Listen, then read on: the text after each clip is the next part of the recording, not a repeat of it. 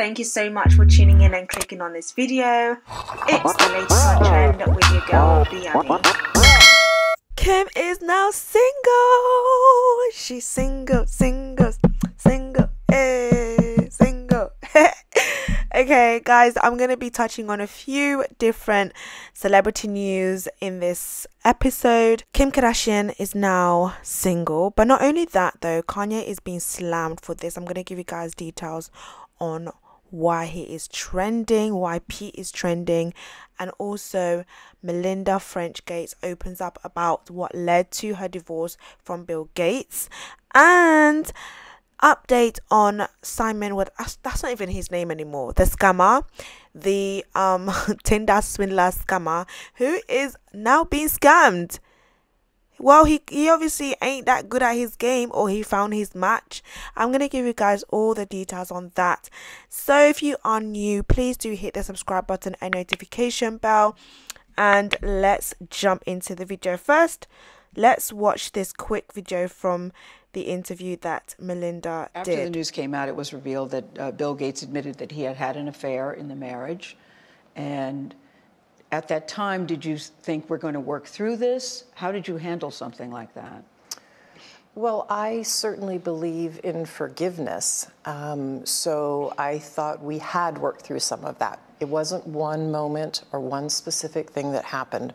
There just came a point in time where there was enough there that I realized it just wasn't healthy and I couldn't trust what we had. So as you guys heard, she opens up about her divorce from Bill Gates, and this is for the first time. In a preview of CBS Morning exclusive interview, she said there wasn't one moment that led to their split. It was a variation of things, you know. During the interview, Melinda was asked about the affair Bill had 20 years ago with a spokesperson for the Microsoft co-founder. This was confirmed last May, and I believe he opened up about that. She says, I certainly believe in forgiveness, so I thought we had worked through some of that. It wasn't one moment or one specific thing that happened. There just came to a point in time where there was enough there that I realized it just wasn't healthy and I couldn't trust what we had. Key word, trust. Once that trust is broken, it's almost like you break a glass and you're trying to put the vase back together with those pieces. It's just never going to be the same. The glass is still going to be transparent. You can still see through it, but you're just never going to be able to put that beautiful, clear vase together. You cannot pick every single broken pieces and stick it back together. And even if you manage to stick back something broken together, there's always going to be cracks, and at any given time those cracks can fall apart. When we talk about love, and I hear this like a lot, people say that it takes more than love. Like, love is not enough to sustain a relationship. Yes, is the fundamental. Yes, is the canopy over you. Love, yes, is that glue, is that bond that kind of glues you together. But without trust, without all of these other elements to the relationship, that relationship is not going to be sustainable. You cannot break trust and expect the relationship to be the same. And what always happens, and I find, in my humble opinion, is that sometimes when men, let me speak for men, okay? When men, right, when they do something to break the trust, I feel like oftentimes they think that just that sorry is enough, and it's almost like, well, I said sorry, like it's calm, like just stop talking about it, or like just stop going on about it, and they carry on life as if like they don't acknowledge how deep the damage is.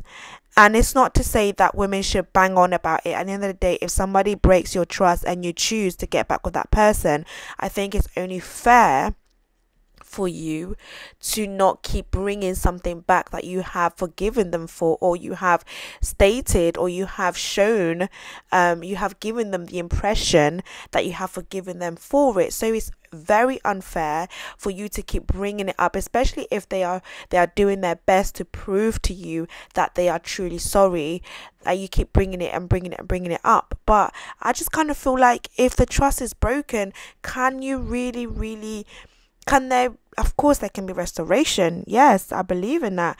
But is it as easy as people make it seem? And here we have Melinda. She was just like, I certainly believe in forgiveness.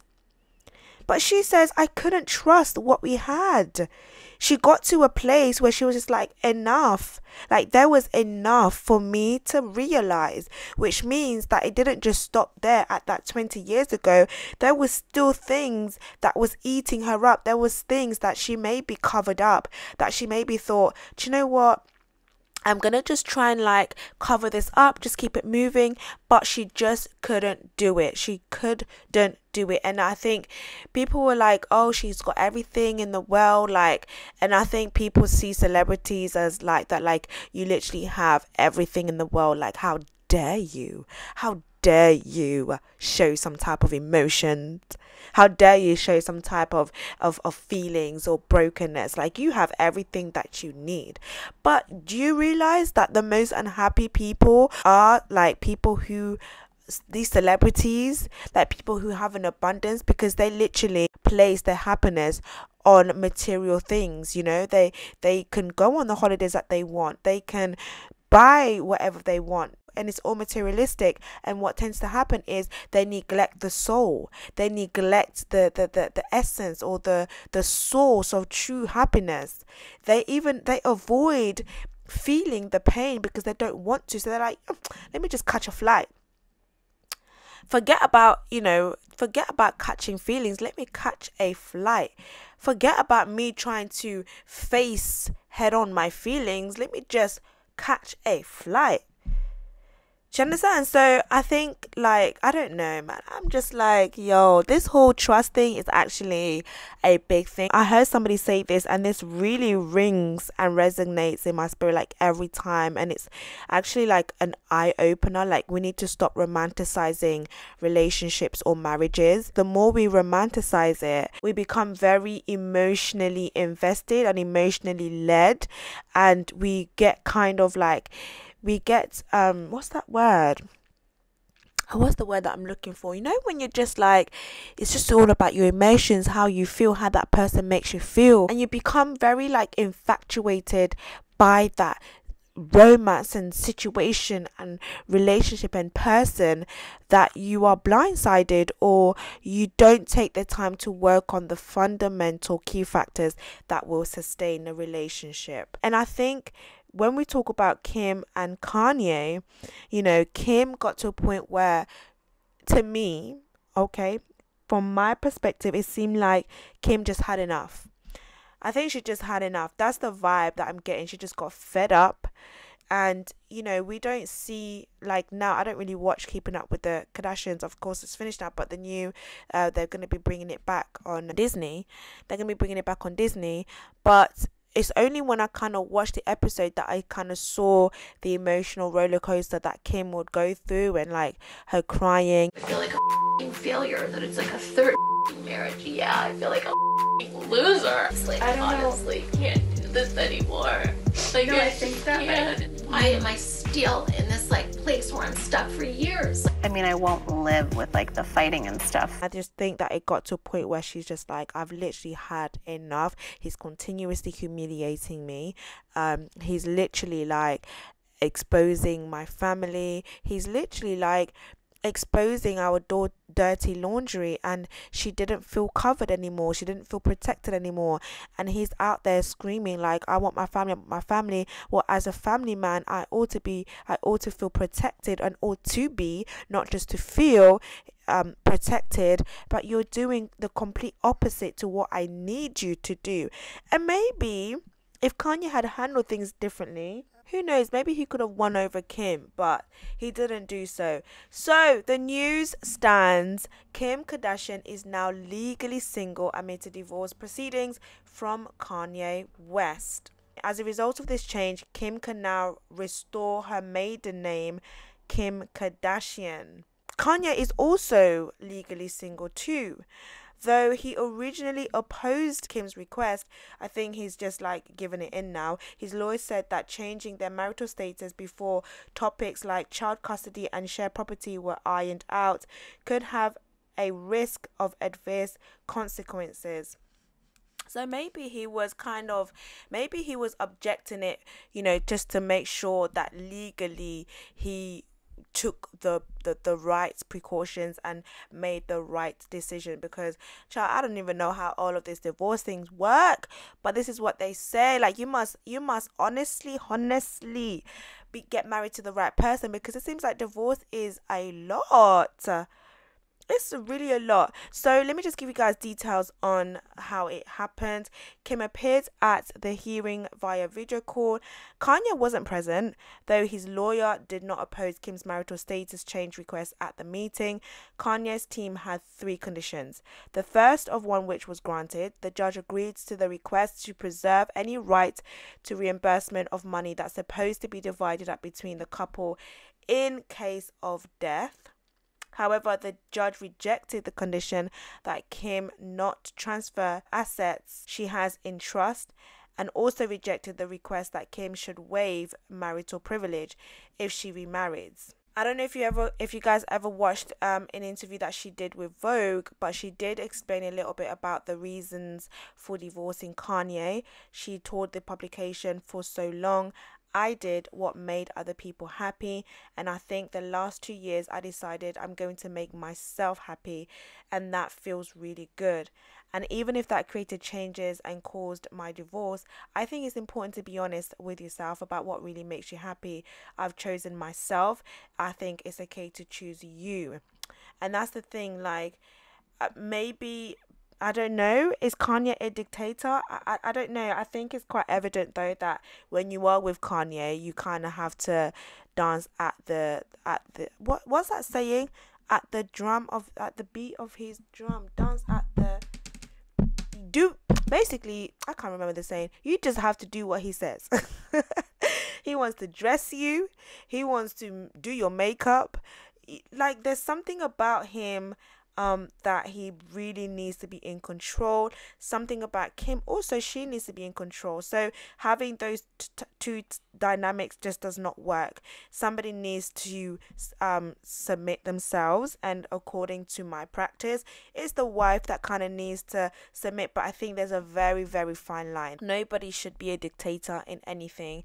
I think there's a very fine line in taking the lead as a man and being a dictator. Like, no woman would ever be happy in a home where she feels like she's being dictated. But that's the news on Kim and Kanye. Now, I don't know what's going on with Kanye West, but Kanye is currently being called out for the disturbing and scary music video featuring an animated Pete Davidson, where he basically is burying his head.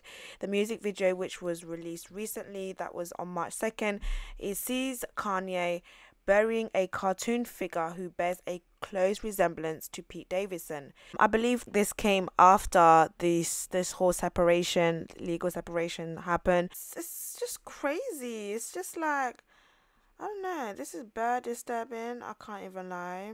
Him doing all of that, I don't know what he's trying to prove. Someone said on Twitter, Pete Davidson has achieved every comedian's dream to get more famous each and every day without even writing new material. Ooh, Lord. Someone says Kim Kardashian has been declared legally single, and in response, Kanye uploads a stop-motion music video of him kidnapping and decapitating Pete Davidson. This is abuse. I don't know what your thoughts are on that, but yeah, it's crazy. And I think this is probably one of the reasons why Pete decided to just not be on social media. He came on Instagram, literally came off like in split seconds, not literally, but that's how quickly he came off. And I think he made a statement like he was getting love but also so much abuse, and that kind of reminded him of why he just had to kind of stay offline. And yeah, this is just ill. Like, it's ill. Anyway, so let's quickly move on to scams, because I think this is all a scam, to be honest. Tinder swindler is being sued by Real Diamond family. So his real name, if you guys don't know, is not Simon Levy. His name is it Shimon or Shimon Hayut? I'm so sorry if I've kind of like destroyed his name. Known as Simon Levy, he is facing a lawsuit, People reports. So according to court documents obtained by the outlet, Israel-Russian diamond tycoon Lev Levy and his family are suing Yehut for millions. Yehut is who Simon is supposed to be. That's his real name, okay? Please follow. He is getting sued for millions after he allegedly impersonated them and used their last name to enrich himself. The lawsuit, which was filed, alleges that for a long time, he, the fake Simon, has been making false representation as being the son of Lev Levy and receiving numerous benefits, including material ones. Yehut has been cunningly using false words, claiming to be a member of the Levy family and that his family will pay and bear the cost of his benefits. That's what they said. The Tinder Swindler documentary alleges that Yehut changed his name and claimed to be the son on the dating app Tinder, where he persuaded women to loan him money. Many have speculated that Yehut has allegedly swindled over 10 million from people around the globe.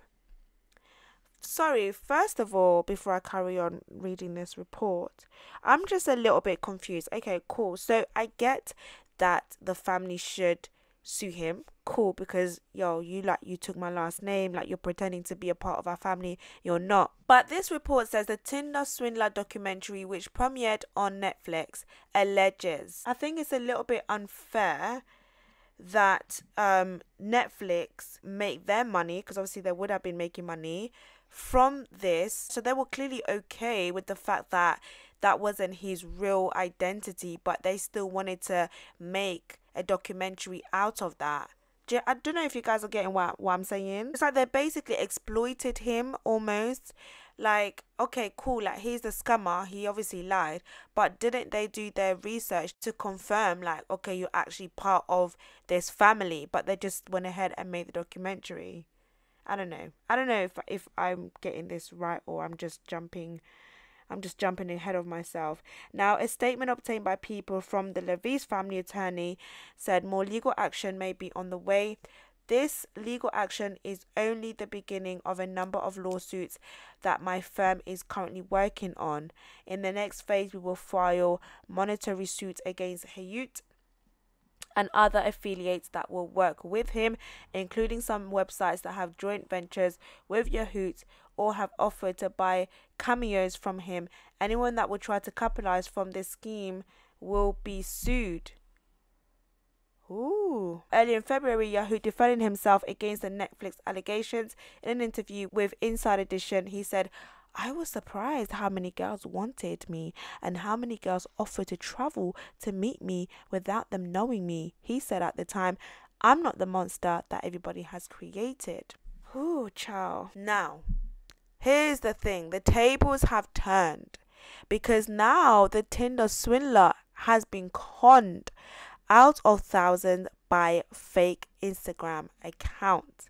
So guys, now he has been scammed. It seems like the tables have turned. Allegedly, he has found himself scammed out of $6,664 by a woman who claimed her boyfriend worked for Facebook and Instagram, who basically said to him that there's a way that he can get like a blue tick. This is according to reports confirmed to the Lad Bible by sources close to the matter. The woman reached out via Yehut's Instagram DMs and said that her boyfriend can get him and his girlfriend verified on Instagram. Are you guys following? That probably seemed convincing to him. I don't know, he probably missed a few dots that did not connect. You would think that he would recognize a scam when he saw one, but no. The claim was that in order for him and his girlfriend to be verified and have fraudulent accounts deleted, he would have to pay out the cash in 2 separate payments via PayPal to the girlfriend and boyfriend. So after he did that, like paid out the money, he paid out the money, his manager became suspicious and reached out to Meta in hope of finding the employee. Of course, they weren't real. Meta said that they never charge for verifications and anyone who says otherwise is likely a scammer.